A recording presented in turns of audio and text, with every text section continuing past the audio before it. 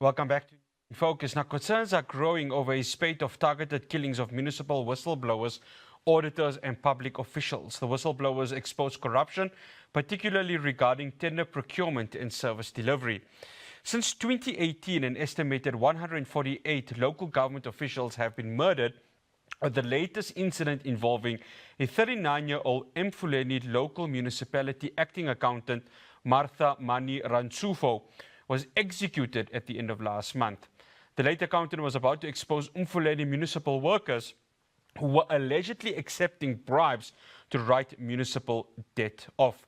Joining me now, I'd like to welcome Newton Masuku, who is the spokesperson for the South African Federation of Trade Unions. Newton, absolute pleasure having you on. Thank you so much for joining us. Good afternoon and thanks for having us. No, it's an absolute pleasure. Newton, the stance of SAFTU has been quite clear in terms of the protection of whistleblowers, but it really sees this country having a crisis on its hands, doesn't it? Indeed, it is a crisis. It's a crisis of governance. It's a crisis of mismanagement. It's a crisis of corruption. But most importantly, it's a crisis in which those who do wrong, target citizens that try to bring to light corruption and indeed with absolute impunity. And we take serious issue with that, and we are concerned about that. Newton, let's zero in on Mani Rantsofu's incident. I mean, she was about to expose ordinary municipal workers taking bribes to cancel municipal debt. In your view, are you confident that those behind the killing will be held accountable? Because this really shows the rot that is happening, especially in a municipality like Emfuleni, which has been flagged consecutive years by the Auditor General. Well, we have a major problem of not only corruption and collusion, but also corruption and collusion that extends into the police and the justice system itself, as it is evident in both Madlanga Commission, but also the now concluded ad hoc committee. And therefore, when you ask that, am I confident that the perpetrators will be brought to book? Well, it remains dubious at best, because the police themselves, or at least some within the police, are not indeed free of these allegations themselves. As I've said, it is demonstrated. So we are worried, first of all, with the protection of whistleblowers themselves. They seem to be at the mercy of criminals. But secondly, the fact that those who are meant to protect them, namely the police and the entire justice system, seem to be implicated. In other words, it seems that this country is a country of cartels all throughout, not only the water tanker mafias, but the construction cartel, and so on and so forth. And therefore, it extends to municipalities and all of that. So it's a country really that is descending into anarchy, if you will.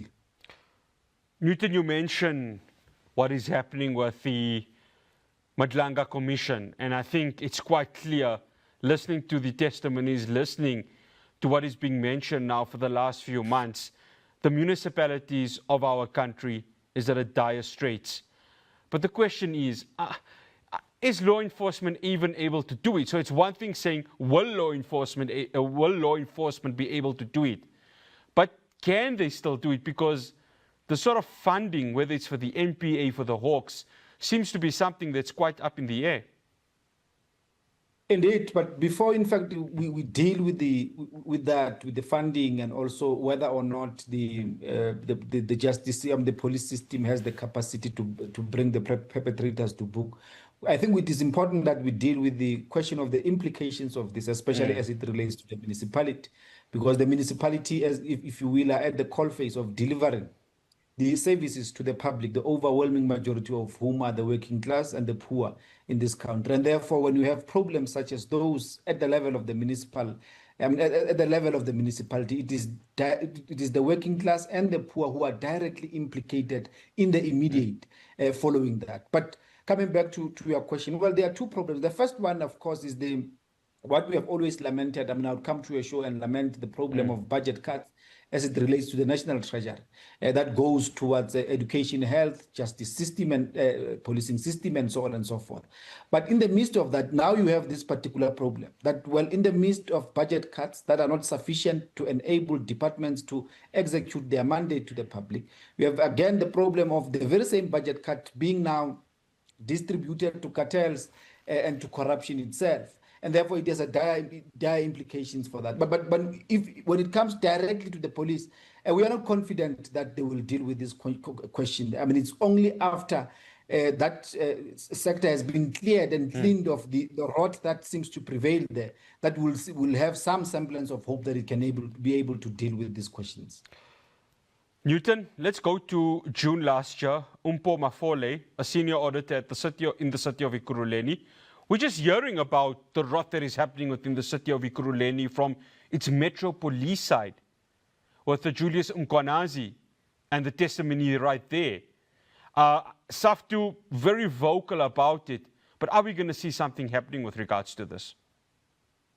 Well, I mean, Mkwanazi himself seems to have been charged. Julius Mkwanazi, yes, that's correct. Yeah, he's been charged.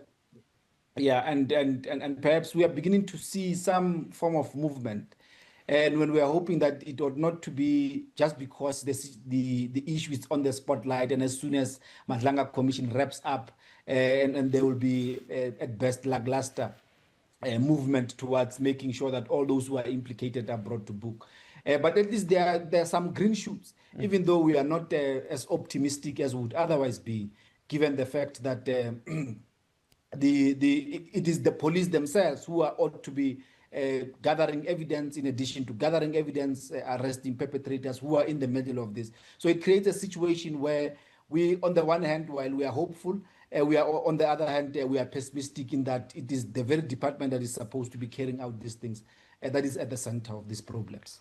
Newton, the Protected Disclosure Amendment Bill, this of course coming at the back of what we saw 5 years ago, the murder of Babita Deokaran.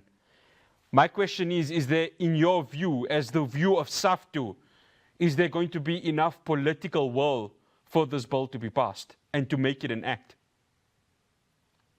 Well, it's a very difficult one. I mean, because of public pressure and perhaps the spotlight that has been brought to corruption and the killing of whistleblowers and so on and so forth, it may very well be that those who would otherwise oppose the bill will be compelled to at least in a way in an attempt to save face, will be compelled to support the bill. But ordinarily, we would not expect the bill to be supported because the political elite themselves are not free of this particular corruption. In fact, as we have seen in the Madlanga Commission and even in the Ad Hoc Commission, this seems to be a triangle between the cartels, the politicians, and of course the police themselves, or law enforcement in general. So it's a triangulation of all these facets. So it may very well be because the spotlight has been shown on corruption itself, the rot, the killing of whistleblowers with absolute impunity. It may very well be that those who would otherwise, as I have said, those who would otherwise oppose it will be compelled to support the bill, just so that they may appear to be pro the rule of law. Newton, in 2 minutes, you speak about the political elite, the political class. It's down to them, isn't it? Because at the end of it, they'll be voting in Parliament for this to become a piece of legislature. But is there going to be that political will for it to be legislated within the National Assembly? Yes, I mean, it will be down to them. But as I've said, I mean, the public will have its eyes on them. And in an attempt, therefore, to appear to be pro the eradication of corruption in the country, they will indeed pass the bill. Of course, passing the bill is one thing. Passing the bill into law is one thing, but implementing it is quite another. I mean, there's a distinction between the bill in existence or the law in existence and what happens afterwards in the implementation and in practice. So it may very well be that they may pass the bill into law with the hope that they will drag their feet when it comes to implementation, especially given the networks of corruption and cartel behavior that seems to characterize not only the South African political elite, but the entire economy, if you will. Newton Masuku, absolute pleasure having you on. Thank you so much for joining us. Much appreciated. Thank you very much for having us. That's Newton Masuku, spokesperson for the South African Federation of Trade Unions. This bill is still up for public comment. It ends at the end of the month. I would suggest you as South Africans to go ahead and have your say in this, because whistleblowers are an important part of our country in exposing the rot and corruption that happens in many municipalities and in other state institutions. Well, after the break of our extended conversation, we're going to be having Aisha Vaid. She's a legal advisor for the South African delegation on the Global Sumud Flotilla. There has been a crew that has left from Spain to go and break the siege in Gaza, and we will see now with regards to a South African delegation who that will be. My conversation with her is after this break.